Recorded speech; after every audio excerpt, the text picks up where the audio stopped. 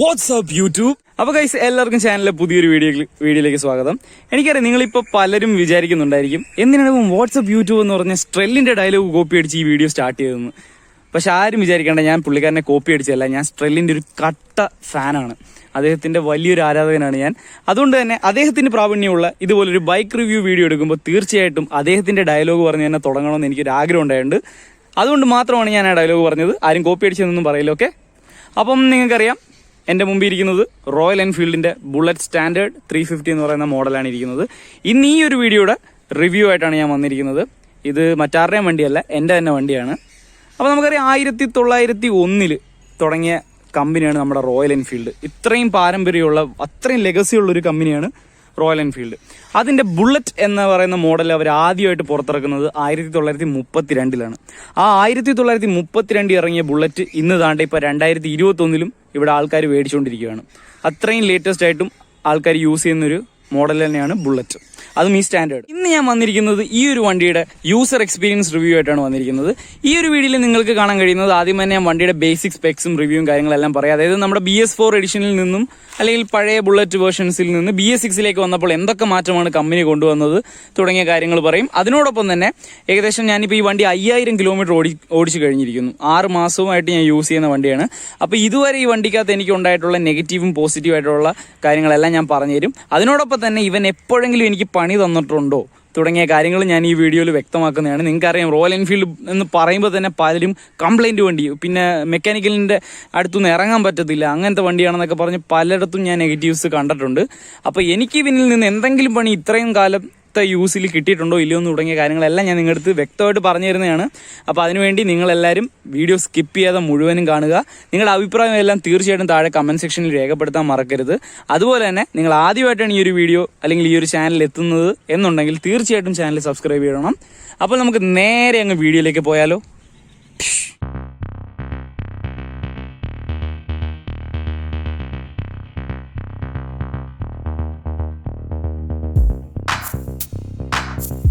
നമുക്ക് നമ്മുടെ റിവ്യൂ ആരംഭിക്കാം.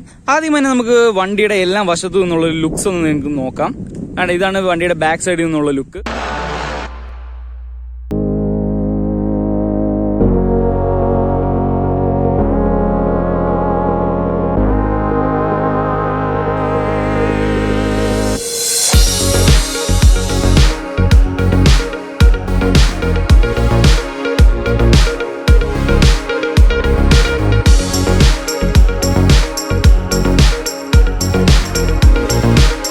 അപ്പോൾ ആദ്യം വണ്ടിയുടെ ലുക്കിനെ കുറിച്ച് പറയുകയാണെങ്കിൽ തന്നെ ഒരു രക്ഷയില്ല ഗൈസ്. നിങ്ങൾക്കറിയാം, നിങ്ങളുടെ ആ ഒരു പഴയ ആ ഒരു റെട്രോ ഫീൽ, അതായത് ആ ഒരു പഴയ വണ്ടിയുടെ ആ ഒരു ലെഗസി, അതിപ്പോഴും അവർ ഈ സ്റ്റാൻഡേർഡ് മോഡലുകളിൽ തന്നെ മെയിൻറ്റെയിൻ ചെയ്യുന്നുണ്ട്. നിങ്ങൾക്കറിയാം, റോയൽ എൻഫീൽഡിന്റെ ക്ലാസിക് മോഡലിലേക്കൊക്കെ വന്നു കഴിഞ്ഞാൽ അവരൊരു മോഡേൺ, ആ ക്ലാസിക്കിലേക്ക് ഒരു മോഡേൺ സ്റ്റൈലാണ് കൊടുത്തിരിക്കുന്നതെങ്കിൽ ഈ ഒരു സ്റ്റാൻഡേർഡിൽ മാത്രം വർഷങ്ങളായിട്ട് ആ ഒരു പഴയ ബുള്ളറ്റിന്റെ ആ ഒരു റെട്രോ ലുക്ക് അത് അവർ കീപ്പ് ചെയ്യുന്നുണ്ട്. മൊത്തത്തിൽ നോക്കിക്കഴിഞ്ഞാൽ ആ ഒരു സീറ്റ്സ് ആണെങ്കിലും ആ ഒരു ടാങ്കിലെ ബാഡ്ജിങ് ആണെങ്കിലും അങ്ങനെ ഏതൊരു ഘടകം നോക്കിയാലും നിങ്ങൾക്ക് ആ ഒരു വർഷങ്ങളായിട്ട് റോയൽ എൻഫീൽഡ് ബുള്ളറ്റ് ഇറക്കുന്ന ആ ഒരു ബേസിക് ലുക്ക് ഇതിലെല്ലാം കീപ്പ് ചെയ്യുന്നുണ്ട്. അതുപോലെ തന്നെ BS4 എഡിഷനിലേക്കൊക്കെ വന്നു കഴിഞ്ഞാൽ നിങ്ങൾക്കറിയാം പല ഫീച്ചേഴ്സും കുറവുണ്ടായിരുന്നു. എങ്കിൽ BS6 വന്നപ്പോഴത്തേക്ക് കമ്പനി വർഷങ്ങളായിട്ട് ആൾക്കാർ ആവശ്യപ്പെടുന്ന പല ഫീച്ചേഴ്സും BS6 നൽകിയിട്ടുണ്ട്. അപ്പോൾ അതെന്തൊക്കെയാണെന്നൊക്കെ നമുക്ക് വഴിയെ പറയുന്നതിന്റെ കൂട്ടത്തിൽ പറഞ്ഞു പോവാം. അതുപോലെ നിങ്ങൾക്ക് മൊത്തത്തിൽ കാണാവുന്ന ഒരു കാഴ്ചയാണ് ഈ ഒരു ബ്ലാക്ക് കളറാണ് ഞാൻ മേടിച്ചിരിക്കുന്നത്. അതായത് നമ്മുടെ നോർമൽ സ്റ്റാൻഡേർഡ് 350 ആണ് ഇത്. അപ്പോൾ ഫുൾ ബ്ലാക്കും വിത്ത് ക്രോം ഫിനിഷാണ് നമ്മുടെ റിമ്മും എല്ലാം വരുന്നത്. എഞ്ചിൻ ഭാഗങ്ങളും എക്സോസ്റ്റ് ഭാഗങ്ങളും എല്ലാം വരുന്നത് ക്രോമിലാണ്. അതുകൊണ്ട് തന്നെ നല്ല തുടച്ച് വൃത്തിയായിട്ട് കൊണ്ടു നടന്നില്ലെങ്കിൽ തുരുമ്പ് നിങ്ങൾക്ക് പണി തരും. അപ്പോൾ എന്തായാലും നമുക്ക് നേരെ വണ്ടിയുടെ എഞ്ചിൻ ഡീറ്റെയിൽസിലേക്ക് പോകാം. അപ്പോൾ എഞ്ചിൻ ഭാഗത്തേക്ക് വന്നു കഴിഞ്ഞാൽ ആദ്യം തന്നെ നിങ്ങൾക്ക് ഈ ഒരു ഭാഗത്തായിട്ട് EFI 350 എന്ന് കൊടുത്തിരിക്കുന്നത് കാണാം. അതായത് എയർ കൂൾഡ് ഫ്യൂവൽ ഇഞ്ചക്ഷൻ ആണ് ഇതിൻ്റെ അകത്ത് യൂസ് ചെയ്തിരിക്കുന്നത്. പഴയ BS4 നോക്കുമ്പോൾ അത് കാർബറേറ്റർ ആയിരുന്നു, എങ്കിൽ ഇവിടെ ഫ്യൂവൽ ഇഞ്ചക്ഷൻ ആണ് ഇതിന്റെ ടെക്നോളജി. അതുപോലെ സിംഗിൾ സിലിണ്ടർ 4 സ്ട്രോക്ക് എഞ്ചിനാണ് നമ്മുടെ ഈ വണ്ടിക്കകത്ത് യൂസ് ചെയ്തിരിക്കുന്നത്. 70 mm ബോറും 90 mm സ്ട്രോക്കും, അതുപോലെ തന്നെ 5250 RPM നമുക്ക് ഇതിന്റെ മാക്സ് പവറായ 14.08 kW ലഭിക്കുന്നത്. അതുപോലെ തന്നെ ഈ എഞ്ചിൻ മാക്സിമം ടോർക്കായ 28 Nm പ്രൊഡ്യൂസ് ചെയ്യുന്നത് 4000 RPM ആണ്. അതുപോലെ വണ്ടിയുടെ റൈറ്റ് സൈഡിലായിട്ട് നോക്കുമ്പോഴാണ് നമുക്ക് എഞ്ചിന്റെ ഭാഗത്ത് EFI 350 എന്ന് കൊടുത്തിരിക്കുന്നത് കാണാം. അതുപോലെ വണ്ടിയുടെ ആ ഒരു കിക്കറിന്റെ ലിവറും കൊടുത്തിരിക്കുന്നത് കാണാം. നമുക്കറിയാം ഈ വണ്ടി സെൽഫ് സ്റ്റാർട്ട് ഒന്നുമല്ല, കിക്ക് സ്റ്റാർട്ട് ആണ് വണ്ടിയുടെ സ്റ്റാർട്ട് ചെയ്യുന്ന സിസ്റ്റം. അതുപോലെ നമുക്ക് എഞ്ചിന്റെ ഈ ഒരു താഴെ ഭാഗത്തായിട്ടാണ് ഇതിന്റെ എഞ്ചിൻ ഓയിൽ ലെവലൊക്കെ നമുക്ക് റീഡ് ചെയ്യാനുള്ള ഭാഗം കാണുന്നത്. ഇതിനകത്ത് മാക്സിമം 2.7 ലിറ്റേഴ്സിന്റെ എഞ്ചിൻ ഓയിൽ കപ്പാസിറ്റിയാണ് ഈ ഒരു എഞ്ചിൻ്റെ അകത്ത് ഉള്ളത്. പിന്നെ വണ്ടിയുടെ കൂളിംഗ് ഒക്കെ നാച്ചുറൽ എയർ ഫ്ലോ വഴിയുള്ള കൂളിംഗ് ആണ് എഞ്ചിനൊക്കെ ഉള്ളത്. അതുപോലെ തന്നെ നമുക്ക് ഇതിനകത്ത് ഉപയോഗിച്ചിരിക്കുന്ന സ്പാർക്ക് പ്ലഗ് ബോഷിന്റെ ഒരു സ്പാർക്ക് പ്ലഗ് ആണ് യൂസ് ചെയ്തിരിക്കുന്നത്. ഈ ഒരു ടോപ്പിലെ ഈ ഒരു ക്യാപ്പ് ഓപ്പൺ ചെയ്തിട്ടാണ് നമുക്ക് ഓയിലൊക്കെ ഫിൽ ചെയ്യാനുള്ള സ്ഥലം. അതുപോലെ എഞ്ചിന്റെ ഈ ഒരു റൈറ്റ് സൈഡിൽ തന്നെ ആയിട്ടാണ് നമ്മുടെ ബ്രേക്ക് ലിവറും എല്ലാം വരുന്നത്. അതുപോലെ എഞ്ചിന്റെ മറുവശത്തായിട്ട് നോക്കിക്കഴിഞ്ഞാൽ റോയൽ എൻഫീൽഡിന്റെ ഒരു എംബ്ലം കൊടുത്തിരിക്കുന്ന കാണാം. നമ്മുടെ ക്ലച്ചിന്റെ കേബിൾ ഈ ഒരു ഭാഗത്തേക്കാണ് വന്നിരിക്കുന്നത്. അതിന്റെ സൈഡിലായിട്ട് തന്നെ നമ്മുടെ ഗിയർ ലിവേഴ്സും കാണാം, അപ്പ് ആൻഡ് ഡൗൺ. നമ്മുടെ യൂണിവേഴ്സൽ സിസ്റ്റം തന്നെയാണ്. ഫസ്റ്റ് ഫ്രണ്ടിലേക്കും ബാക്കിയെല്ലാം ബാക്കിലേക്കുമാണ് ഇതിന്റെ ഗിയർ സിസ്റ്റം. അതിന്റെ താഴെയായിട്ട് നമ്മുടെ സൈഡ് സ്റ്റാൻഡും കൊടുത്തിരിക്കുന്നത് കാണാം. 5 സ്പീഡ് ഗിയർ ബോക്സ് ആണ് ഇതിന്റെ അകത്ത് ഈ ഒരു വണ്ടിക്കകത്ത് കൊടുത്തിരിക്കുന്നത്. ഇനി വണ്ടിയുടെ സസ്പെൻഷനെ കുറിച്ച് പറയുകയാണെങ്കിൽ ഫ്രണ്ട് സൈഡിലായിട്ട് 35mm ഫോഴ്സ് വരുന്ന ടെലിസ്കോപ്പിക് സസ്പെൻഷൻസ് ആണ് നൽകിയിരിക്കുന്നത്. റൈറ്റ് സൈഡിലേക്ക് നോക്കിക്കഴിഞ്ഞാൽ ട്വിൻ ഷോക്ക് അബ്സോർവേഴ്സ് ആണ് നൽകിയിരിക്കുന്നത്. അതുകൊണ്ട് തന്നെ ഞാൻ അത്യാവശ്യം വണ്ടിയിൽ ലോങ് ഒക്കെ പോയിട്ടുണ്ട്. വളരെ കംഫർട്ട് എനിക്ക് ഫീൽ ചെയ്തിട്ടുണ്ട്. പേഴ്സണലി നല്ല കംഫർട്ടായിട്ട് തന്നെ ലോങ് റൈഡ്സ് ചെയ്യാൻ പറ്റുന്നൊരു വണ്ടിയാണ്. അറ്റ് എ സ്മൂത്ത് സ്പീഡ്, ഒരു പ്രത്യേക ഒരു ലെവൽ സ്പീഡുകളിൽ നമുക്ക് വളരെ കംഫർട്ടായിട്ട് യൂസ് ചെയ്യാം. പിന്നീട് ബാക്കിയുള്ള വൈബ്രേഷൻ്റെ കാര്യങ്ങളൊക്കെ ഞാൻ വണ്ടി ഓടിച്ചുകൊണ്ട് നിങ്ങളുടെ ലാസ്റ്റ് പറഞ്ഞുതരാം. അപ്പോൾ അത് നമുക്ക് ലാസ്റ്റ് സംസാരിക്കാം. ഇനി നമുക്ക് വണ്ടിയുടെ ബ്രേക്സിനെ കുറിച്ച് പറയുകയാണെങ്കിൽ ഫ്രണ്ട് സൈഡിലായിട്ട് 280mm ഒരു ഡിസ്ക് ആണ് നൽകിയിരിക്കുന്നത്. വിത്ത് ABS ഉണ്ട്. നമുക്ക് ഈ ഒരു BS6 വണ്ടിയിലേക്ക് വന്നപ്പോൾ ഏറ്റവും പ്രധാനപ്പെട്ട ഒരു വ്യത്യാസം തന്നെ ഇതാണ്. നമുക്ക് ABS എന്ന് പറയുന്ന പലരും ആഗ്രഹിച്ചിരുന്ന ഒരു ഫീച്ചർ ഈ ഒരു വണ്ടിയുടെ ഫ്രണ്ട് സൈഡിൽ നൽകിയിട്ടുണ്ട്. അത് നമ്മുടെ തീർച്ചയായിട്ടും റൈഡിങ്ങിനിടയിൽ നമ്മുടെ ബ്രേക്കിംഗ് കോൺഫിഡൻസ് ഒക്കെ നന്നായിട്ട് ആഡ് ചെയ്തിട്ടുണ്ട്. ഇനി റെയർ വീൽസിന്റെ ബ്രേക്സിനെ കുറിച്ച് പറയുകയാണെങ്കിൽ 153mm ഒരു ഡ്രം ബ്രേക്സ് ആണ് ബാക്കിൽ കൊടുത്തിരിക്കുന്നത്. അതുകൊണ്ട് തന്നെ ബാക്കിലും കൂടി ഒരു ABS വന്നിരുന്നെങ്കിൽ എന്ന ആഗ്രഹമുണ്ട് എനിക്ക്. പക്ഷേ ബാക്കിൽ സാധാ ഡ്രംസ് തന്നെയാണ് കൊടുത്തിരിക്കുന്നത്. അതിൻ്റെതായ ചെറിയ പോരായ്മയൊക്കെ ബ്രേക്കിങ്ങിലുണ്ട് ബാക്ക് സൈഡിൽ. അത് ഞാൻ റൈഡ് ചെയ്യുന്ന സമയത്ത് നിങ്ങൾക്ക് പറഞ്ഞുതരാം. പിന്നീട് ഇവിടെ പ്രത്യേകിച്ച് BS6 വന്നപ്പോൾ ഒരു മാറ്റം കാണുന്നത് എന്താണെന്ന് വെച്ച് കഴിഞ്ഞാൽ, ഒരു പ്രത്യേകത എന്താണെന്ന് വെച്ച് കഴിഞ്ഞാൽ, നമ്മുടെ ഫ്രണ്ടിൽ നിന്നുള്ള ABSന്റെ ഒരു സെൻസർ ഈ ഒരു ബാക്കിലേക്ക് പോയിട്ടുണ്ട്. ഈ ബാക്കിലെ ഡ്രംസിലേക്ക് കൊടുത്തിട്ടുണ്ട്. അതായത് നമ്മുടെ ബാക്ക് വീൽസിന്റെ റൊട്ടേഷന്റെ സ്പീഡും കൂടി മാനേജ് ചെയ്തിട്ട് നമ്മുടെ ഫ്രണ്ടിൽ ABS അപ്ലൈ ആവത്തുള്ളൂ. അതിനുവേണ്ടി ഒരു സെൻസർ കൂടി ABSന്റെ സെൻസർ ഈ ബാക്ക് വീൽസിലോട്ട് കൊടുത്തിട്ടുണ്ട്. അതിവിടെ കാണുന്ന BS6 കാണുന്ന ഒരു പ്രത്യേകത തന്നെയാണ്. ഈ വണ്ടിയുടെ ടയർ സൈസിനെ കുറിച്ച് പറയുകയാണെങ്കിൽ ഫ്രണ്ടിലാണെങ്കിലും ബാക്കിലാണെങ്കിലും 3.25x19 ആണ് ഇതിന്റെ ടയർ സൈസ് വരുന്നത്. പിന്നെ രണ്ട് സൈഡിലാണെങ്കിലും നമുക്ക് സ്റ്റോക്കായിട്ട് തന്നെ വണ്ടിയുടെ കൂടെ കിട്ടിയിരിക്കുന്നത് സിയറ്റിന്റെ നല്ല ടയേഴ്സ് ആണ് നൽകിയിരിക്കുന്നത്. അത്യാവശ്യം കോൺഫിഡൻസ് ഒക്കെ നോർമൽ റൈഡിങ്ങിലൊക്കെ നമുക്ക് തീർച്ചയായിട്ടും കിട്ടും. പിന്നെ ഓഫ് റോഡിങ്ങിനൊക്കെ കേപ്പബിൾ ആണോ എന്ന് ചോദിച്ചു കഴിഞ്ഞാൽ അത് ഞാൻ റൈഡ് ചെയ്യുന്ന സമയത്ത് നിങ്ങൾക്ക് പറഞ്ഞുതരാം. എന്തായാലും സിയറ്റിന്റെ കമ്പനി ടയേഴ്സ് തന്നെയാണ് നമുക്ക് സ്റ്റോക്കായിട്ട് തന്നെ ഫ്രണ്ടിലും ബാക്കിലും നൽകുന്നത്. പിന്നെ ബാക്കിൽ നിങ്ങൾക്ക് അറിയാമല്ലോ, സ്റ്റാൻഡേർഡ് 350 എല്ലാവരും പറയുന്ന ഒരു പോരായ്മയാണ് ബാക്ക് സൈസിന്റെ ആ ഒരു ഡയമെൻഷൻ. തീർച്ചയായിട്ടും ഫ്രണ്ടിന്റെ ഏകദേശം ആ ഒരു സൈസ് തന്നെയുള്ളൂ ബാക്കിൽ വരുമ്പോൾ. അപ്പോൾ ക്ലാസിക്കിലേക്കൊക്കെ ആണെങ്കിൽ ബാക്കിൽ നിങ്ങൾക്ക് നല്ല വിട്ടുള്ള ടയേഴ്സാണ് കിട്ടുന്നത്. അതുകൊണ്ട് തന്നെ തീർച്ചയായിട്ടും ഒരു കോർണറിങ് കോൺഫിഡൻസ് ഒക്കെ നിങ്ങൾക്ക് ക്ലാസിക്കിൽ കൂടുതലായിട്ട് കിട്ടും. ഇതിലേക്ക് വരുമ്പോൾ നിങ്ങൾക്ക് ബാക്കിൽ നിന്ന് എല്ലാവരും പറയുന്ന ആ ഒരു വൃത്തിയേട് ആണ് ഫീൽ ചെയ്യുന്നത്. ഒരു സൈക്കിളിൻ്റെ അകത്ത് കൊടുത്തിരിക്കുന്ന കുഞ്ഞു ടയർ പോലെ നിങ്ങൾക്ക് ഫീൽ ചെയ്യും. പക്ഷെ അത് തീർച്ചയായിട്ടും അത്ര വലിയ സെക്യൂരിറ്റിക്ക് പ്രശ്നമുണ്ടെന്ന് എനിക്ക് തോന്നിയിട്ടില്ല ഇതുവരെ. എനിക്കിതുവരെ റൈഡിങ്ങിലെല്ലാം നല്ല കോൺഫിഡൻസ് അതിനകത്ത് തന്നിട്ടുണ്ട്. ചെറുതായിട്ടുള്ള കോർണറിങ് കാര്യങ്ങളും ഒക്കെ നമ്മൾ ചെയ്തിട്ടുമുണ്ട്. ഇതുവരെ നമുക്ക് ഒരു സ്ലിപ്പിങ്ങോ കാര്യങ്ങളോ ഒന്നും ഉണ്ടായിട്ടില്ല. എങ്കിലും വലിയ ടയേഴ്സ് ആണെങ്കിൽ തീർച്ചയായിട്ടും സെക്യൂരിറ്റി കുറച്ചും കൂടെ ഇമ്പ്രൂവ് ആവുമെന്ന് എനിക്കും തോന്നുന്നുണ്ട്. പിന്നെ നമുക്ക് വണ്ടിയുടെ ടയർ പ്രഷറിനെ കുറിച്ച് പറയുകയാണെങ്കിൽ ഫ്രണ്ട് സൈഡിൽ നമ്മൾ 22 PSI അല്ലെങ്കിൽ 1.55 kg/cm² ആണ് അവിടെ മെയിൻറ്റെയിൻ ചെയ്യേണ്ട പ്രഷർ. അതുപോലെ റെയർ സൈഡിലേക്ക് പോവുകയാണെങ്കിൽ നമുക്ക് 32 PSI അല്ലെങ്കിൽ 2.25 kg/cm² പ്രഷറാണ് നമ്മൾ ബാക്ക് സൈഡിൽ മെയിൻറ്റെയിൻ ചെയ്യേണ്ടത്. അപ്പം ടയറിന്റെ പ്രഷറിന്റെ കാര്യമൊക്കെ നിങ്ങൾ മസ്റ്റായിട്ടും ചെക്ക് ചെയ്യുക ഇടയ്ക്കിടയ്ക്ക്. ഒരു 2 ആഴ്ച കൂടുമ്പോൾ ചെക്ക് ചെയ്യുക. അല്ലെങ്കിൽ നിങ്ങളുടെ മൈലേജിനെയും റൈഡിന്റെ കംഫർട്ടിനെയൊക്കെ തീർച്ചയായിട്ടും അത് ബാധിക്കുന്നതായിരിക്കും. ഇനി എനിക്ക് എൻ്റെ ഈ വണ്ടിയിൽ ഏറ്റവും കൂടുതൽ അട്രാക്റ്റീവ് ആയിട്ട് തോന്നുന്ന ഒരു ഭാഗത്തെക്കുറിച്ചാണ് ഇനി പറയാൻ പോകുന്നത്. നമ്മുടെ ഫ്യൂവൽ ടാങ്ക്. നമുക്ക് 13.5 ലിറ്ററിന്റെ ഒരു ഫ്യൂവൽ ടാങ്കാണ് ഈ വണ്ടിക്കകത്ത് നൽകിയിരിക്കുന്നത്. അതുകൊണ്ട് തന്നെ നിങ്ങൾക്ക് തീർച്ചയായിട്ടും ലോങ് റൈഡ്സിന് വളരെ കംഫർട്ടബിൾ ആയിരിക്കും. ഇടയ്ക്കിടയ്ക്ക് ഇറങ്ങി പെട്രോൾ അടിക്കേണ്ട ആവശ്യമൊന്നും ഉണ്ടായിരിക്കത്തില്ല. നിങ്ങളൊരു ഫുൾ ടാങ്ക് അടിച്ചു കഴിഞ്ഞാൽ തീർച്ചയായിട്ടും ഇതിന്റെ ഒരു മൈലേജ് വെച്ച് കാൽക്കുലേറ്റ് ചെയ്ത് നോക്കിക്കഴിഞ്ഞാൽ എങ്ങനെയായാലും ഒരു 500 കിലോമീറ്ററിന്റെ അടുത്ത് നിങ്ങൾക്ക് ഓടിക്കാൻ കഴിയും. അപ്പോൾ 13.5 ലിറ്റർ എന്ന് പറയുന്ന ഒരു ഡീസെന്റ് ആയിട്ടുള്ള ഫ്യൂവൽ ടാങ്ക് കപ്പാസിറ്റി ഈ ഒരു ബുള്ളറ്റിൽ നൽകിയിട്ടുണ്ട്. അതുപോലെ തന്നെ ഏറ്റവും കൂടുതൽ അട്രാക്റ്റീവ് എന്ന് ഞാൻ പറയാൻ കാരണം എന്താണെന്ന് വെച്ച് കഴിഞ്ഞാൽ തീർച്ചയായിട്ടും ഈ ഒരു ബാഡ്ജിങ് തന്നെയാണ്. റോയൽ എൻഫീൽഡിന്റെ ഈ നൽകിയിരിക്കുന്ന ബാഡ്ജിങ്ങും ഈ ഒരു യെല്ലോ പാറ്റേൺ വരച്ചിരിക്കുന്നുണ്ടല്ലേ, ഇത് രണ്ടും തന്നെയാണ് ഈ ഒരു ടാങ്കിന്റെ അകത്ത് ഏറ്റവും ഇമ്പോർട്ടൻ്റ് ആയിട്ടുള്ള ഒരു ഭാഗം. അതായത് നമുക്ക് റോയൽ എൻഫീൽഡിന്റെ സ്റ്റാൻഡേർഡ് 350 ബ്ലാക്ക് എന്ന് പറയുന്ന ഈ ഒരു നോർമൽ സ്റ്റാൻഡേർഡ് 350 വേർഷനിൽ മാത്രമേ നിങ്ങൾക്ക് ഇതുപോലെ ബ്രിട്ടീഷ് ബാഡ്ജിങ് ഉള്ള റോയൽ എൻഫീൽഡിന്റെ ആ ഒരു ഒറിജിനൽ ബാഡ്ജിങ് നിങ്ങൾക്ക് കാണാൻ കഴിയൂ. അതുപോലെ തന്നെ ഈ ഒരു യെല്ലോ ലൈൻസ് എന്ന് പറഞ്ഞു കഴിഞ്ഞാൽ നിങ്ങൾ യൂട്യൂബിലൊക്കെ കണ്ടിട്ടുണ്ടായിരിക്കും. ഒരാൾ കൈ കൊണ്ട് വരച്ച് ഉണ്ടാക്കുന്ന പാറ്റേൺ ആണ് ഈ കാണുന്നത്. അപ്പോൾ ഈ ഒരു ബാഡ്ജിങ്ങും ലൈൻസും തീർച്ചയായിട്ടും ഈ ഒരു സ്റ്റാൻഡേർഡ് മോഡലിനെ മാത്രം മറ്റെല്ലാ മോഡലിൽ നിന്നും വേറിട്ട് നിർത്തുന്നുണ്ട്. ടാങ്കിന്റെ രണ്ട് സൈഡിലും ഈ ഒരു ബാഡ്ജിങ്ങും യെല്ലോ ലൈൻസും നിങ്ങൾക്ക് കാണാം. ഇത് വർഷങ്ങളായിട്ട് റോയൽ എൻഫീൽഡ് മെയിൻറ്റെയിൻ ചെയ്യുന്ന ഒരു ടാങ്കിന്റെ പാറ്റേൺ തന്നെയാണിത്. അതുപോലെ വണ്ടിയിൽ വലുതായിട്ട് സ്റ്റോറേജ് സ്പേസസ് ഒന്നും നൽകിയിട്ടില്ല. എങ്കിലും നമുക്ക് വണ്ടിയുടെ ലെഫ്റ്റ് സൈഡിൽ ബോക്സ് തുറന്നു കഴിഞ്ഞാൽ നിങ്ങൾക്ക് ഇവിടെയാണ് നമ്മുടെ വണ്ടിയുടെ ഇലക്ട്രിക്കൽ ആൻഡ് ടൂൾ ബോക്സ് ഒക്കെ വെക്കാനുള്ള സ്ഥലം നൽകിയിട്ടുള്ളത്. ഇവിടെ നിങ്ങൾക്ക് അത്യാവശ്യം ആ ടൂൾ ബോക്സ് തന്നെ വെക്കാനുള്ള സ്ഥലമേ ഉള്ളൂ. പിന്നീട് എന്തെങ്കിലും നൈസായിട്ടുള്ള പേപ്പറോ എന്തെങ്കിലും ഉണ്ടെങ്കിൽ നിങ്ങൾക്ക് ഇവിടെ ചെറുതായിട്ട് വെക്കാനൊരു സ്പേസ് ഉണ്ട്.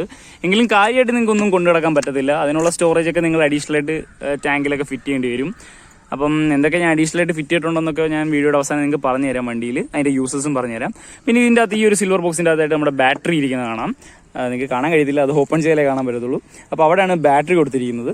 പിന്നെ തീർച്ചയായിട്ടും ഞാൻ ഈ ഒരു ടാങ്കിൻ്റെ ബാഡ്ജിങ് പറഞ്ഞ പോലെ തന്നെ നമ്മുടെ റോയൽ എൻഫീൽഡിൻ്റെ സ്റ്റാൻഡേർഡ് ഈ ഒരു മോഡലിൽ മാത്രം കാണാൻ കഴിയുന്ന ഒരു പ്രത്യേകതയാണ്. റോയൽ എൻഫീൽഡ് ഒഫീഷ്യലായിട്ട് ബുള്ളറ്റ് 350 എന്ന് രേഖപ്പെടുത്തിയിട്ടുള്ള ഏക വണ്ടി നിങ്ങളിപ്പോൾ ഈ കാണുന്ന ഈ വണ്ടിയാണ്. ഇതിൻ്റെ അകത്ത് മാത്രമേ നിങ്ങൾക്ക് ഇത്തരത്തിൽ ബുള്ളറ്റ് 350 എന്ന് പറഞ്ഞുള്ള ബാഡ്ജിങ് കാണാൻ കഴിയത്തുള്ളൂ. അതായത് റോയൽ എൻഫീൽഡിൻ്റെ സ്റ്റാൻഡേർഡ് വേർഷൻസുകളിൽ മാത്രമേ ബുള്ളറ്റ് 350 എന്നുള്ള ഒഫീഷ്യൽ ബാഡ്ജിങ് കാണാൻ കഴിയത്തുള്ളൂ.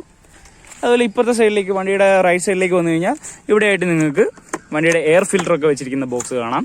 ഇതിൻ്റെ അകത്താണ് ഞാൻ എൻ്റെ ജസ്റ്റ് പൊല്യൂഷൻ പേപ്പർ മാത്രം ഒന്ന് വെച്ചിരിക്കുന്നത്. നൈസായിട്ട് എന്തെങ്കിലും വെക്കാൻ കഴിയുന്ന ഏക ബോക്സ് ഇവിടെയാണ്, ചെറിയ സ്ഥലമുള്ളത്. അപ്പോൾ ഇതിൻ്റെ റൈറ്റ് സൈഡിലായിട്ട് കാണുന്ന ഈ ഒരു ബ്ലാക്ക് ബോക്സിൻ്റെ അകത്താണ് വണ്ടിയുടെ ABS മൊഡ്യൂളിൻ്റെ കാര്യങ്ങളൊക്കെ സെറ്റ് ചെയ്ത് വെച്ചിരിക്കുന്നത്. ഇനി ഈ ഒരു വണ്ടിയുടെ ലെങ്ത്തിനെ കുറിച്ച് പറയാനാണെങ്കിൽ 2170 mm ആണ് ഈ ഒരു വണ്ടിയുടെ ഓവറോൾ ലെങ്ത്ത്. അതുപോലെ 810 mm ആണ് ഈ ഒരു വണ്ടിയുടെ വിഡ്ത്ത് വരുന്നത്. നമുക്ക് ആ മിറേഴ്സ് കൂട്ടാതെയാണ് പറയുന്നത് വിഡ്ത്ത്. അതുപോലെ 1120 mm ആണ് വണ്ടിയുടെ ഓവറോൾ ഹൈറ്റ് വരുന്നത്. അതും നമ്മൾ മിറർ കൂട്ടാതെയാണ് പറയുന്നത്. അതുപോലെ 1395 mm ആണ് ഈ ഒരു വണ്ടിയുടെ വീൽ ബേസ് വരുന്നത്. അതുപോലെ വണ്ടിയുടെ ഗ്രൗണ്ട് ക്ലിയറൻസിനെ കുറിച്ച് പറയുകയാണെങ്കിൽ 135 mm ഗ്രൗണ്ട് ക്ലിയറൻസ് ആണ് വണ്ടിക്ക് നൽകിയിരിക്കുന്നത്. പിന്നെ വണ്ടിയുടെ ഓവറോൾ വെയിറ്റിനെ കുറിച്ച് നിങ്ങൾക്ക് പറയേണ്ട ആവശ്യമില്ലല്ലോ, അറിയാം. Build like a machine, loads like a gun and moves like a bullet ആണ്. തീർച്ചയായിട്ടും ഫുള്ളി ഒരു മെറ്റാലിക് ബോഡി ആയതുകൊണ്ട് തന്നെ നല്ല വെയിറ്റും വണ്ടിക്കുണ്ട്. ഏകദേശം 186 കിലോഗ്രാം ആണ് വണ്ടിയുടെ വെയിറ്റ്.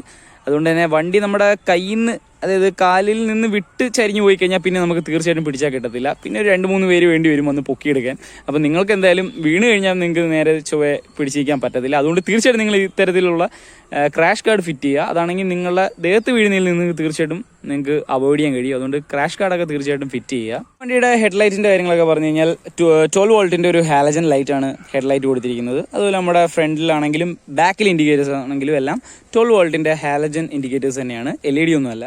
ഫ്രണ്ട് സൈഡിൽ ഈ ഒരു ഭാഗത്തായിട്ടാണ് നമ്മുടെ നമ്പർ പ്ലേറ്റ് ഒക്കെ ഘടിപ്പിക്കാനുള്ളത് കമ്പനി അറേഞ്ച് ചെയ്ത് തരുന്നത്. ആയിട്ടും ഒരു നമ്മുടെ റോയൽ എൻഫീൽഡിൻ്റെ ഒരു സ്റ്റിക്കർ കൊടുത്തിരിക്കുന്നത് കാണാം. ബാക്ക് സൈഡിൽ തീർച്ചയായിട്ടും ഹാലജൻ ഇൻഡിക്കേറ്റേഴ്സ് കൊടുത്തിട്ടുണ്ട്. അതുപോലെ ടെയിൽ ലാമ്പും കൊടുത്തിട്ടുണ്ട്. പിന്നെ ബാക്ക് സൈഡിലായിട്ടുള്ള നിങ്ങൾക്ക് കാണാം ഈ ഒരു നമ്പർ പ്ലേറ്റിൻ്റെ മേളിലായിട്ട് ഈ ഒരു ബ്ലാക്ക് ബോക്സ്, അത് നമ്മൾ പ്രത്യേകം കാശ് കൊടുത്ത് ഷോറൂമിൽ നിന്ന് അടുപ്പിച്ചതാണ്. അല്ലെങ്കിൽ നിങ്ങൾക്ക് വെറുതെ നമ്പർ പ്ലേറ്റ് മാത്രമായിട്ട് വെച്ച് തരും. അപ്പോൾ അതിൻ്റെ ഒരു പ്രൊട്ടക്ഷന് വേണ്ടി നമ്മൾ അഡീഷണൽ ആയിട്ട് ഫിറ്റ് ചെയ്തൊരു സംഭവമാണ് ഇത് കേട്ടോ. ബാക്ക് സൈഡിലായിട്ട് തന്നെ ഏറ്റവും താഴെയായിട്ട് ഒരു റിഫ്ലക്ടറും നൽകിയിട്ടുണ്ട്. നമുക്ക് വണ്ടിയുടെ സീറ്റ്സിനെ കുറിച്ച് പറഞ്ഞു കഴിഞ്ഞാൽ വളരെ കംഫർട്ടായിട്ടുള്ള ഒരു സിംഗിൾ സീറ്റ് തന്നെയാണ്. നമുക്ക് ക്ലാസിക്കിലേക്കൊക്കെ ആകുമ്പോൾ നമുക്കറിയാം സ്പ്ലിറ്റ് സീറ്റ്സ് ആണ് വരുന്നത്. ഇവിടെ നമുക്ക് ഒരു ഒറ്റ സ്ട്രെച്ചിലുള്ള സിംഗിൾ സീറ്റ്സ് ആണ് നൽകുന്നത്. അത്യാവശ്യം നമുക്ക് റൈഡർക്ക് കംഫർട്ടൊക്കെ നൽകുന്ന സീറ്റ് തന്നെയാണ് ഫ്രണ്ടിൽ നൽകിയിട്ടുള്ളത്. അതുപോലെ തന്നെ നമ്മുടെ പില്ലിയൻ്റെ കംഫർട്ടാണെങ്കിലും തരക്കേടില്ല. കാരണം ഞാൻ അത്യാവശ്യം ലോങ് ഒക്കെ എൻ്റെ ഫ്രണ്ട്സിനേക്ക് ഇരുത്തി പോയിട്ടുണ്ട്. അവന്മാർത്തൊക്കെ കംഫർട്ട് ചോദിച്ചിട്ട് അവരൊക്കെ നല്ല കംഫർട്ട് ഉണ്ടെന്ന് തന്നെയാണ് പറഞ്ഞത്. അപ്പോൾ പില്ലിയനും നല്ല കംഫർട്ട് തന്നെ നൽകുന്നുണ്ട്. പിന്നെ പണ്ടുപോലെ ആ സ്റ്റാൻഡേർഡിൻ്റെ അകത്തുള്ള പോലെ ആ ഒരു വരയുള്ള ആ ഒരു സിംഗിൾ സീറ്റ് തന്നെയാണ്. പിന്നെ സീറ്റിൻ്റെ ബാക്കിലോട്ട് വരുമ്പോൾ പണ്ടത്തെ സീറ്റുകളിൽ നമുക്കറിയാം ഈ ഒരു ഭാഗത്തായിട്ട് ബുള്ളറ്റ് എന്ന് എഴുതുമായിരുന്നു. ഇവിടെ അതിന് വേറെ റോയൽ എൻഫീൽഡിൻ്റെ ഒരു എംബ്ലമാണ് കൊടുത്തിരിക്കുന്നത്. ഇനി നമുക്ക് ജസ്റ്റ് വണ്ടിയുടെ മേളിലൊന്ന് കയറി നിന്നിട്ട് വണ്ടിയുടെ മീറ്റർ മൊഡ്യൂളൊക്കെ നമുക്കൊന്ന് പരിചയപ്പെടാം. അപ്പോൾ വണ്ടിയുടെ മിറേഴ്സ് ഇതാണ്, ഇത്തരത്തിലുള്ള റൗണ്ട് മിറേഴ്സ് ആണ്. അതായത് നമ്മുടെ പഴയ RX100 ഉള്ള പോലെ തന്നെ ആ ഒരു പഴയ റെട്രോ ഫീൽ നൽകാൻ വേണ്ടിയാണ് ഈ റൗണ്ട് മിറേഴ്സ്. എനിക്ക് പേഴ്സണലി ഇഷ്ടപ്പെട്ടത് ഇത്തരത്തിലുള്ള റൗണ്ട് മിറേഴ്സ് തന്നെയാണ്. കുറച്ചും കൂടെ വ്യൂ ഒക്കെ പക്കയായിട്ട് കിട്ടുന്നുണ്ട് എനിക്ക് ഇതിൻ്റെ അകത്ത്. ഇനി നമുക്ക് വണ്ടിയുടെ സ്വിച്ചസ് ഒക്കെ ഒന്ന് പരിചയപ്പെടുവാണെങ്കിൽ റൈറ്റ് സൈഡിലായിട്ടാണ് വണ്ടിയുടെ എൻജിൻ കിൽ സ്വിച്ചൊക്കെ കൊടുത്തിരിക്കുന്നത്.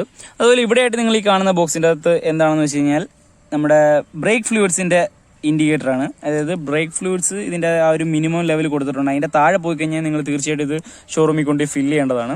അതായത് നമുക്ക് പക്കയായിട്ട് ആ ഒരു ബ്രേക്ക് സിസ്റ്റം അപ്ലൈ ആവത്തുള്ളൂ. അതുപോലെ ലെഫ്റ്റ് സൈഡിലേക്ക് വന്നു കഴിഞ്ഞാൽ ഇവിടെയായിട്ട് നമ്മുടെ ഹൈ ബീം ലോ ബീം ലൈറ്റും ഇൻഡിക്കേറ്റേഴ്സിൻ്റെ സ്വിച്ചും നമ്മുടെ ഹോണിൻ്റെ സ്വിച്ചായിട്ട് നമ്മുടെ ടിപ്പിക്കലായിട്ട് തന്നെ താഴെ കൊടുക്കുന്ന പോലത്തെ ഹോണിൻ്റെ സ്വിച്ച് തന്നെയാണ്. ഇവിടെയായിട്ടൊരു പാസ് ലൈറ്റും കാണാം. ഇനി നമുക്ക് വണ്ടിയുടെ മീറ്റർ പരിചയപ്പെട്ട് കഴിഞ്ഞാൽ ടിപ്പിക്കലായിട്ട് പണ്ട് പോലെ റോയൽ എൻഫീൽഡിന് കൊടുക്കുന്ന ആ ഒരു നോർമൽ അനലോഗ് മീറ്റർ തന്നെയാണ് ഇവിടെ നൽകിയിട്ടുള്ളത്. ഇവിടെ നിങ്ങൾക്ക് കാണാം ആ ഒരു നമ്മുടെ കിലോമീറ്റർ ഓടിയത് എത്രയാണെന്ന്. അതാണ്ട് 5020 കിലോമീറ്റർ ഇതുവരെ ഓടിയിട്ടുണ്ട്. ആ ഒരു അനലോഗ് മീറ്റർ കാണാം. മാക്സിമം 160 വരെ കൊടുത്തിട്ടുണ്ട്. നമുക്കൊരു 120 വരെയൊക്കെ പിടിക്കാൻ പറ്റും. അതുപോലെ ആ ഒരു മീറ്ററിൻ്റെ അകത്തായിട്ട് റോയൽ എൻഫീൽഡ് എന്ന് ഇത്തരത്തിൽ റെഡ് ലൈൻസിൽ എഴുതിയിട്ടുണ്ട്. അതുപോലെ നിങ്ങൾക്ക് ശ്രദ്ധിക്കാവുന്ന ഒരു കാര്യം എന്താണെന്ന് വെച്ച് കഴിഞ്ഞാൽ ഇതിൻ്റെ ആ ഒരു ബാക്ക്ഗ്രൗണ്ട് ബ്ലാക്കും അതിൻ്റെ അകത്ത് എഴുതിയിരിക്കുന്ന റൈറ്റിങ്സ് എല്ലാം ആ ഒരു യെല്ലോ കളറിലാണ്. അത് ഏകദേശം നമ്മുടെ ഈ ഒരു ടാങ്കിനെ റെപ്രസെൻറ്റ് ചെയ്യുന്ന പോലെയാണ് ബ്ലാക്ക് ബോഡി, ആ ഒരു യെല്ലോ ലൈൻസ്. അത് ഞാൻ പ്രത്യേകം ശ്രദ്ധിച്ചു കേട്ടോ. അപ്പോൾ എന്തായാലും നമുക്ക് ഇനി ഒന്ന് ഇഗ്നിഷൻ കൊടുത്തു കഴിഞ്ഞാൽ ഈ ഒരു റൈറ്റ് സൈഡിൽ ഈ ഒരു പാനലിൽ പണ്ട് നിങ്ങൾക്ക് അറിയാം ഒരു ആംബിയർ മീറ്റർ ആയിരുന്നു നൽകിയിരിക്കുന്നത്.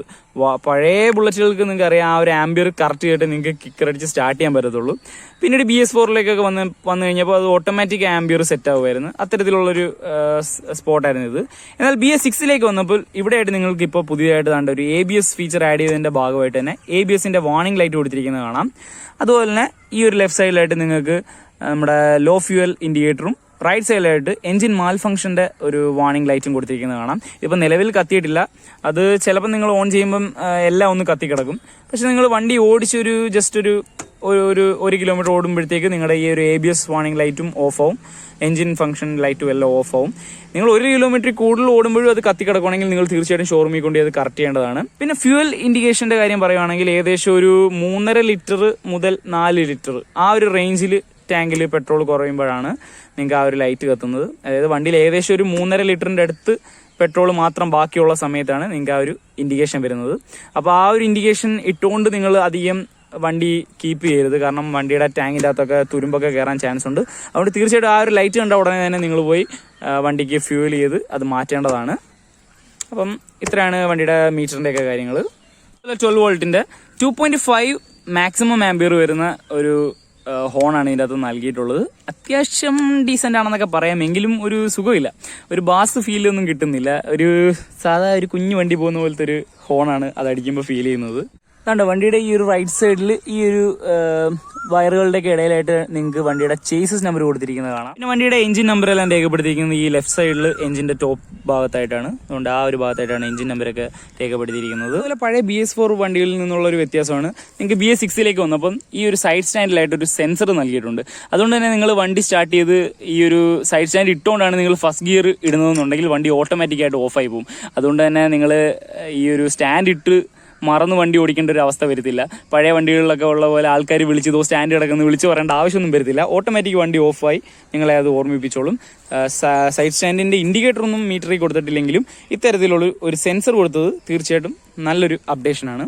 ഈ ഒരു വണ്ടിയുടെ പ്രീവിയസ് വേർഷനെ അപേക്ഷിച്ച് ഇതൊരു BS6 മോഡലാണെന്ന് പെട്ടെന്ന് തിരിച്ചറിയാൻ സഹായിക്കുന്ന ഒരു വസ്തുവാണ് ഈ കാണുന്ന കാറ്റലിറ്റിക് കൺവെർട്ടർ. നിങ്ങൾക്ക് വണ്ടിയുടെ ഈ ഒരു ബെൻ പൈപ്പിന്റെ മേളിലായിട്ട് നോക്കിക്കഴിഞ്ഞാൽ ഒരു O2 സെൻസർ ഘടിപ്പിച്ചിരിക്കുന്നത് കാണാം. അതിന് നേരെ താഴെയായിട്ട് വരുമ്പോൾ ഇത്തരത്തിലൊരു കാറ്റലിറ്റിക് കൺവെർട്ടർ കാണാം. ഈ ഒരു കാറ്റലിറ്റിക് കൺവെർട്ടറിന്റെ യൂസ് എന്താണെന്ന് വെച്ച് കഴിഞ്ഞാൽ മെയിനായിട്ട് മാക്സിമം ഫ്യൂവൽ എഫിഷ്യൻസിയാണ്. ഈ ഒരു കാറ്റലിറ്റിക് കൺവെർട്ടർ ഉണ്ടായതുകൊണ്ട് തന്നെ നിങ്ങൾക്ക് ഫ്യൂവൽ എഫിഷ്യൻസി ഒക്കെ മാക്സിമം ആണ്. അതുകൊണ്ട് തന്നെ മൈലേജ് ഒക്കെ പഴയ വേർഷനെ അപേക്ഷിച്ച് ഒരുപാട് ബെറ്റർ ആണ്. അതുപോലെ തന്നെ ഈ ഒരു കാറ്റലിറ്റിക് കൺവെർട്ടർ മാക്സിമം പൊല്യൂഷൻ എല്ലാം റെഡ്യൂസ് ചെയ്യാൻ വേണ്ടിയാണ് ഇവർ ഈ ഒരു സംഭവം കൊണ്ടുവന്നിരിക്കുന്നത് തന്നെ. അങ്ങനെ എക്സോസ്റ്റിന്റെ ഭാഗത്തോട്ട് വന്നു കഴിഞ്ഞാൽ ഇപ്പം നിലവിൽ നിങ്ങൾ കാണുന്നത് ഞാൻ വെച്ചിരിക്കുന്നത് ഷോർട്ട് ബോട്ടിലിന്റെ ഒരു ഷെല്ലുള്ള എക്സോസ്റ്റാണ് വെച്ചിരിക്കുന്നത്. അത്യാവശ്യം സൗണ്ട് കൂടാൻ വേണ്ടി ഞാൻ വെച്ചതാണ്. എന്നാൽ അരോചകമൊന്നുമല്ല, വളരെ നൈസായിട്ടുള്ളൊരു ശബ്ദമാണ് ഇത് പ്രൊഡ്യൂസ് ചെയ്യുന്നത്.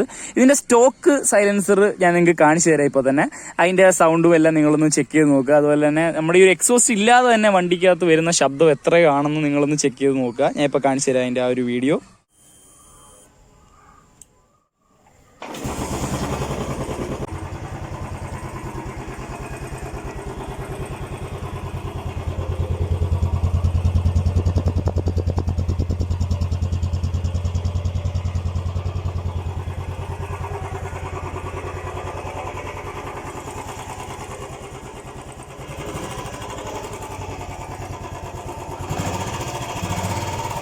അത്യാവശ്യം നമുക്ക് തൃപ്തിപ്പെടാനുള്ള ശബ്ദമെല്ലാം ഈ ഒരു സ്റ്റോക്ക് എക്സോസ്റ്റ് തരുന്നുണ്ട്. ഇനി നമുക്ക് സൈലൻസർ ഊരി വെച്ച് വണ്ടിയുടെ ആ ഒരു യഥാർത്ഥ ശബ്ദം എന്താണെന്ന് നിങ്ങളെ കേൾപ്പിച്ചു തരാം.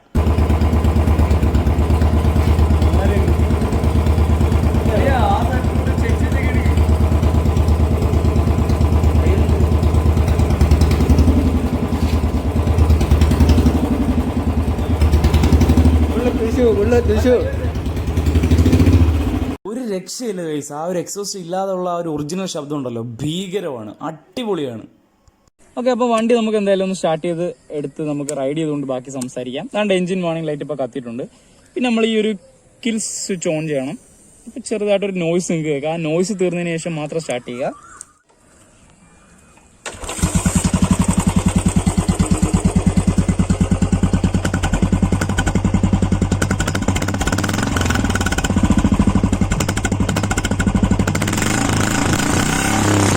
നിങ്ങൾ കേട്ടത് ഷോർട്ട് ബോട്ടിൽ എന്ന് പറയുന്ന ആ ഒരു എക്സോസ്റ്റിൻ്റെയാണ്. എൻ്റെ ഒരു ഫ്രണ്ട് തന്ന എക്സോസ്റ്റാണ് ഞാൻ ഈ വണ്ടി വെച്ചിരിക്കുന്നത്. അതും ഷെല്ലുള്ളതാണ്, അതുകൊണ്ടാണ് ഒരു ഡീസൻ്റ് ആയിട്ടുള്ള ശബ്ദമാണ്.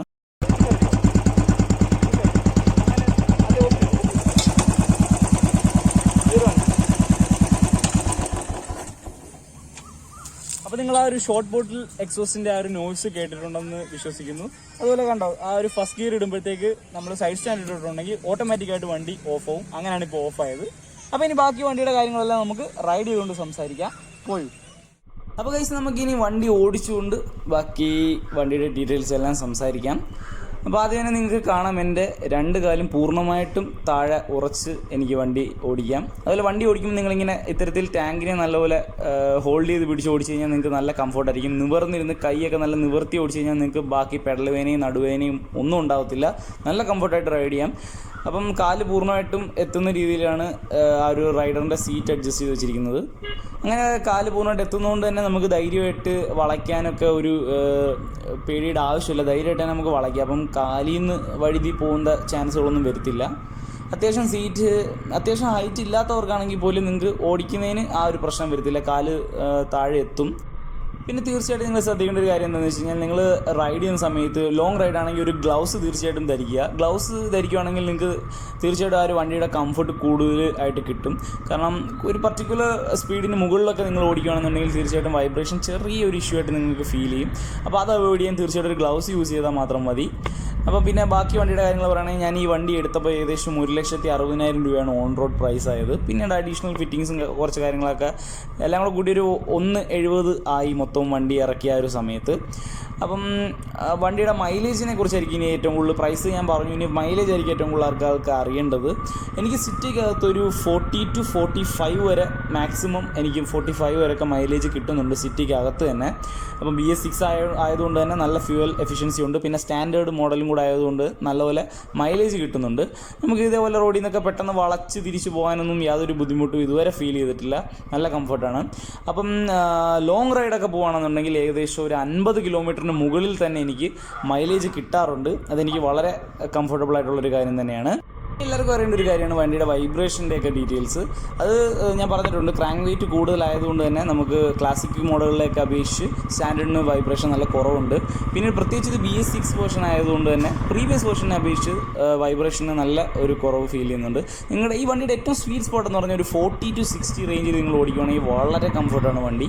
പിന്നെ ഒരു 70 to 80 ആ ഒരു റേഞ്ചിൽ നിങ്ങൾ ഹൈവേയിൽ ക്രൂസ് ചെയ്ത് ഓടിക്കുകയാണെങ്കിൽ നിങ്ങളൊരു ഗ്ലൗസ് തീർച്ചയായിട്ടും ധരിക്കുക. അല്ലെങ്കിൽ ചെറുതായിട്ട് ആ ഒരു വൈബ്രേഷൻ നിങ്ങളുടെ കയ്യിൽ ഫീൽ ചെയ്യും. ഒരു 60 എബോ ഒരു 70 എബോ ഒക്കെ എത്തുമ്പോൾ നല്ല രീതിയിൽ അത് ഫീൽ ചെയ്യും. പിന്നെ അത്യാവശ്യം നോർമലായിട്ടുള്ള ഓഫ് റോഡിങ് എല്ലാം നിങ്ങൾക്ക് ചെയ്യാൻ വണ്ടി തീർച്ചയായിട്ടും കംഫർട്ടാണ്. പിന്നെ ഹെവി ഓഫ് റോഡിങ് പറ്റുമെന്ന് ചോദിച്ചാൽ ചെയ്യുന്നവരുണ്ട്. എങ്കിലും വണ്ടിയുടെ അടി ചെറുതായിട്ടൊക്കെ തട്ടാനുള്ള ചാൻസസ് ഉണ്ട്. എങ്കിലും നോർമലായിട്ടുള്ള ഓഫ് റോഡൊക്കെ നല്ല പക്കയായിട്ട് എടുക്കാം. ഞാൻ ഇവിടെ നിന്ന് ജസ്റ്റ് വണ്ടി കൈ കൊടുത്തൊന്ന് എടുത്ത് നിങ്ങളെ കാണിക്കുവാണ്. വണ്ടി നല്ല സ്മൂത്തായിട്ട് കയറി പോകുന്നതിനൊന്നും ഒരു പ്രശ്നമില്ല. വണ്ടി കൈ കൊടുത്താൽ അത്യാവശ്യം ഡീസൻ്റായിട്ട് കയറിയൊക്കെ പോകും. പിന്നെ ഒരു കാര്യം നിങ്ങൾ ശ്രദ്ധിക്കേണ്ടത് എന്താണെന്ന് വെച്ച് കഴിഞ്ഞാൽ, നിങ്ങൾക്ക് ഇത്തരത്തിൽ പടപട കൈ കൊടുത്ത് പോകാനുള്ളൊരു വണ്ടി അല്ല ഇത്. വളരെ സ്വീറ്റായിട്ട് ഗ്രാജുവലായിട്ട് മാത്രം നിങ്ങൾ ഗിയർ ഷിഫ്റ്റ് ചെയ്ത് ഓടിക്കുകയാണെങ്കിൽ നിങ്ങൾക്ക് ഒരു വലിയ ശതമാനം വൈബ്രേഷൻ ഇതിൻ്റെ അകത്ത് റെഡ്യൂസായി കിട്ടും. പിന്നീട് പലരും ചോദിക്കാറുള്ളൊരു കാര്യമാണ്, വണ്ടിയിൽ സെൽഫ് സ്റ്റാർട്ട് ഇല്ലല്ലോ, അപ്പോൾ കിക്ക് സ്റ്റാർട്ടല്ലേ ഉള്ളൂ, അപ്പോൾ വണ്ടി പെട്ടെന്ന് എന്തെങ്കിലും ട്രാഫിക്കിലൊക്കെ നിന്നുപോയി എന്ത് ചെയ്യും എന്നൊക്കെയുള്ള കാര്യങ്ങൾ ചോദിക്കാറുണ്ട്. അവരോട് എനിക്ക് പറയാനുള്ളത് എന്താണെന്ന് വെച്ച് കഴിഞ്ഞാൽ, എനിക്ക് പേഴ്സണലി വണ്ടി ഇതുവരെ ട്രാഫിക്കിലോ എവിടെയും നിന്ന് പോകേണ്ട ഒരു അനുഭവം ഉണ്ടായിട്ടില്ല. അഥവാ ഉണ്ടായിട്ടുണ്ടെങ്കിൽ പോലും നിങ്ങൾക്ക് പേടിക്കേണ്ട യാതൊരു കാര്യമില്ല. വണ്ടി ഒറ്റയ്ക്ക് തന്നെ സ്റ്റാർട്ടാവും. വണ്ടി സ്റ്റാർട്ട് ആവാതിരിക്കുന്ന ഒരു അവസ്ഥ ഒരിക്കലും വരത്തില്ല. അതൊന്നും നിങ്ങൾ പേടിക്കേണ്ട. ഒറ്റയ്ക്ക് തന്നെ വണ്ടി സ്റ്റാർട്ടാവും. ഓ ഗൈസ്, കണ്ടോ, ഇത്തരത്തിലുള്ള ആൾക്കാരൊക്കെ ഒന്നും ഒരു ഇൻഡിക്കേറ്ററും ഇല്ലാതെ അപ്പോൾ ഒരു ഒറ്റ ചാട്ടം ചാടി. അപ്പോൾ ഇവിടെ ഇപ്പോൾ ഞാൻ ഫ്രണ്ട് ബ്രേക്ക് പിടിച്ചാണ് പെട്ടെന്ന് സ്ലോ ഡൗൺ ചെയ്തത്. അപ്പോൾ തീർച്ചയായിട്ടും ബ്രേക്കിനെ കുറിച്ച് പറയുകയാണെന്നുണ്ടെങ്കിൽ വളരെ കംഫർട്ട് നമുക്ക് ആ ഒരു ഫ്രണ്ട് ബ്രേക്ക്, ആ ഫ്രണ്ടിലെ ABS നമുക്ക് തരുന്നുണ്ട്. നമുക്ക് നല്ല കോൺഫിഡൻസ് വണ്ടിയിൽ തരുന്നുണ്ട്. അത്യാവശ്യം സ്പീഡിൽ കയറുവാണെങ്കിൽ പോലും ആ ഒരു ഫ്രണ്ട് ബ്രേക്ക് വെച്ച് നമുക്ക് നന്നായിട്ട് വണ്ടിയുടെ ആ ഒരു സ്പീഡ് അഡ്ജസ്റ്റ് ചെയ്ത് നിർത്താൻ പറ്റുന്നുണ്ട്. എന്നാൽ ഈ വണ്ടിയുടെ ഏറ്റവും വലിയൊരു നെഗറ്റീവായിട്ട് എനിക്ക് പറയാനുള്ളത് ഈ വണ്ടിയുടെ ബാക്ക് ബ്രേക്സ് ആണ്. ആ ഒരു ഡ്രം ബ്രേക്സ് ആണ് ഏറ്റവും വലിയ നെഗറ്റീവായിട്ട് പറയാനുള്ളത്. കാരണം ഒരുപാട് അനുഭവങ്ങളുണ്ട്. വണ്ടി സഡനായിട്ട് എനിക്ക് പല സിറ്റുവേഷൻസിലും നിർത്തേണ്ടി വന്ന, ആദ്യമായി വണ്ടി എടുത്ത സമയത്തൊക്കെ ഞാൻ ബാക്ക് ബ്രേക്ക് പിടിച്ചായിരുന്നു നിർത്താൻ നോക്കുന്നത്. അപ്പം വണ്ടിച്ചാറിലുള്ള സ്ഥലത്തൊക്കെ ആണെങ്കിൽ ഭയങ്കരമായിട്ട് സ്കിഡായിട്ട് വണ്ടി ഒന്ന് നമ്മുടെ കയ്യിൽ നിന്ന് പോകുന്ന പോലെ ഫീൽ ചെയ്തിട്ടുണ്ട് ഒരുപാട് സ്ഥലങ്ങളിൽ. അതുകൊണ്ട് ബാക്ക് ബ്രേക്കാണ് ഇതിൻ്റെ ഏറ്റവും വലിയ നെഗറ്റീവായിട്ട് എനിക്ക് തോന്നിയിട്ടുള്ളത്. എന്നാൽ ഫ്രണ്ട് ബ്രേക്ക് യാതൊരു പ്രശ്നമില്ല, വളരെ കംഫർട്ടാണ്, നമുക്ക് വളരെ കോൺഫിഡൻസ് ഫ്രണ്ട് ബ്രേക്ക് നൽകാറുണ്ട്. അപ്പോൾ നിങ്ങൾക്ക് സെൽഫ് വേണമെന്ന് നിർബന്ധമുള്ളവരാണെങ്കിൽ തീർച്ചയായിട്ടും ക്ലാസിക്കിലേക്ക് പോകുന്നതായിരിക്കും നല്ലത്. അതായത് ചവിട്ടി കൊണ്ടുനടക്കാൻ ആ ഒരു ആരോഗ്യമില്ലാത്തവരാണെന്നുണ്ടെങ്കിൽ ക്ലാസിക്ക് തന്നെ ചൂസ് ചെയ്താൽ മതി. അപ്പോൾ ക്ലാസിക്കും സ്റ്റാൻഡേർഡും തമ്മിലുള്ള ആ ഒരു വ്യത്യാസങ്ങളും അഡ്വാൻറ്റേജും ഡിസഡ്വാൻറ്റേജും എല്ലാം പറഞ്ഞുകൊണ്ടുള്ള ഒരു വീഡിയോ ഞാൻ ഓൾറെഡി ചാനലിൽ ചെയ്തിട്ടുണ്ട്. അപ്പോൾ ഞാൻ താഴെ ഡിസ്ക്രിപ്ഷനിൽ ലിങ്ക് കൊടുത്തേക്കാം. എൻ്റെ ബുള്ളറ്റ് റിലേറ്റഡ് വീഡിയോസിൻ്റെ എല്ലാം ലിങ്ക് ഞാൻ താഴെ കൊടുത്തേക്കാം, നിങ്ങൾ കയറി ചെക്ക് ചെയ്ത് നോക്കുക. പിന്നീട് വണ്ടിയുടെ ഫസ്റ്റ് ഗിയർ ഇടുന്ന സമയത്ത് നമുക്ക് എപ്പോഴും ടക്ക് എന്ന് പറഞ്ഞ വലിയ ശബ്ദത്തിൽ ആണ് വണ്ടിയുടെ ഫസ്റ്റ് ഗിയർ വീഴുന്നത്. അത് മിക്ക ബുള്ളറ്റ് മോഡൽസിലും ഉള്ളൊരു പ്രശ്നം തന്നെയാണ്. അതൊരു പരിധി വരെ നമുക്ക് അവോയ്ഡ് ചെയ്യാൻ വേണ്ടി നമ്മൾ ഫസ്റ്റ് ഗിയർ ഇടുന്നതിന് മുമ്പ് ജസ്റ്റ് ക്ലച്ച് ഒന്ന് പമ്പ് ചെയ്തിട്ടൊക്കെ ഒന്ന് പയ്യെ ഫസ്റ്റ് ഗിയർ ഇട്ട് കൊടുത്തു കഴിഞ്ഞാൽ വലിയ പ്രശ്നം ശബ്ദമൊന്നും ഇല്ലാതെ വീഴും. അത് നമ്മൾ ചെയ്യാറുള്ളതാണ്. പിന്നീട് വണ്ടിയുടെ ക്ലച്ചൊക്കെ അത്യാവശ്യം ഒരു മീഡിയം ടൈറ്റൊക്കെ ഉണ്ട്, ക്ലച്ചിന് അത്ര സ്മൂത്തൊന്നുമല്ല. ഇനി ഏറ്റവും പ്രധാനപ്പെട്ട ചോദ്യം, ഇതുവരെ എൻ്റെ വണ്ടി എന്തെങ്കിലും കംപ്ലൈൻറ്റ്, എന്തെങ്കിലും പ്രശ്നം എനിക്ക് ഉണ്ടാക്കിയിട്ടുണ്ടോ എന്ന് ചോദിച്ചു കഴിഞ്ഞാൽ അതിൻ്റെ ഉത്തരം നോ എന്നതാണ്. ഇതുവരെ ഈ 5000 കിലോമീറ്റർ ഞാൻ താണ്ടുന്നത് വരെ വണ്ടിക്ക് യാതൊരു കംപ്ലൈൻറ്റുകളോ ഒരു പ്രശ്നവും ഇതുവരെ വണ്ടിയുടെ ഭാഗത്തുനിന്നും ഉണ്ടായിട്ടില്ല. നമ്മൾ എങ്ങനെയാണ് നമ്മുടെ വണ്ടിയെ സ്നേഹിക്കുന്നത് അതനുസരിച്ച് തന്നെ അവൻ നമുക്ക് തിരിച്ചും സ്നേഹം തരുമെന്നാണ് എനിക്ക് ഈ ഒരു വണ്ടി ഉപയോഗിച്ച് തുടങ്ങിയപ്പോൾ മനസ്സിലാക്കിയത്. അപ്പോൾ ഈ ഒരു സ്റ്റാൻഡേർഡ് മോഡൽ ചൂസ് ചെയ്ത കാര്യത്തിൽ എൻ്റെ ആ ഒരു ഡിസിഷനിൽ ഞാൻ 101% ഹാപ്പിയാണ്. അപ്പം ഞാൻ എടുത്ത ഡിസിഷൻ തെറ്റിയിട്ടില്ല എന്നാണ് എനിക്ക് ഇതുവരെ മനസ്സിലാക്കാൻ കഴിഞ്ഞത്. കാരണം ഞാൻ എങ്ങനെയാണ് അവനെ നോക്കുന്നത് അതുപോലെ തന്നെ ആ വണ്ടി യാതൊരു കംപ്ലൈൻറ്റും ഇല്ലാതെ ഇതുവരെ എനിക്ക് എൻ്റെ പോക്കറ്റിൽ നിന്ന് ഒരു രൂപ പോലും വണ്ടി ശരിയാക്കുന്ന കാര്യങ്ങളിലോ ഒരു കാര്യത്തിനും ചിലവാക്കേണ്ടി വന്നിട്ടില്ല. അപ്പോൾ അതിന് പ്രധാനപ്പെട്ട കാര്യങ്ങളെന്ന് പറഞ്ഞാൽ നമ്മൾ വണ്ടി ആർക്കും അനാവശ്യമായിട്ട് ഓടിക്കാൻ കൊടുക്കാതിരിക്കുക. നമ്മൾ കഴിവതും സിംഗിൾ റൈഡറായിട്ട് തന്നെ നമ്മൾ തന്നെ വണ്ടി യൂസ് ചെയ്യുക. ഓരോരുത്തർക്ക് കൊടുത്തു വിടുന്നതൊക്കെയാണ് വണ്ടിയുടെ ഏറ്റവും വലിയ പ്രശ്നം, അതൊക്കെ അവോയ്ഡ് ചെയ്യുക. പിന്നീട് അത് പറഞ്ഞപ്പോൾ ഒരു കാര്യം ഞാൻ പറയാൻ വിട്ടുപോയത്, നമുക്ക് 5th ഗിയറിലാണെങ്കിൽ പോലും നമുക്കൊരു 40 റേഞ്ചിൽ വരെ നമുക്ക് ഈ വണ്ടി കൊണ്ടു നടക്കാം യാതൊരു എൻജിൻ ക്രാക്കിങ്ങും ഇല്ലാതെ. അതാണ് ഇതിൻ്റെ ഒരു ക്രാങ്ക് വെയിറ്റ് കൂടിയത് കൊണ്ടുള്ള മറ്റൊരു അഡ്വാൻറ്റേജ് സ്റ്റാൻഡേർഡിൻ്റെ.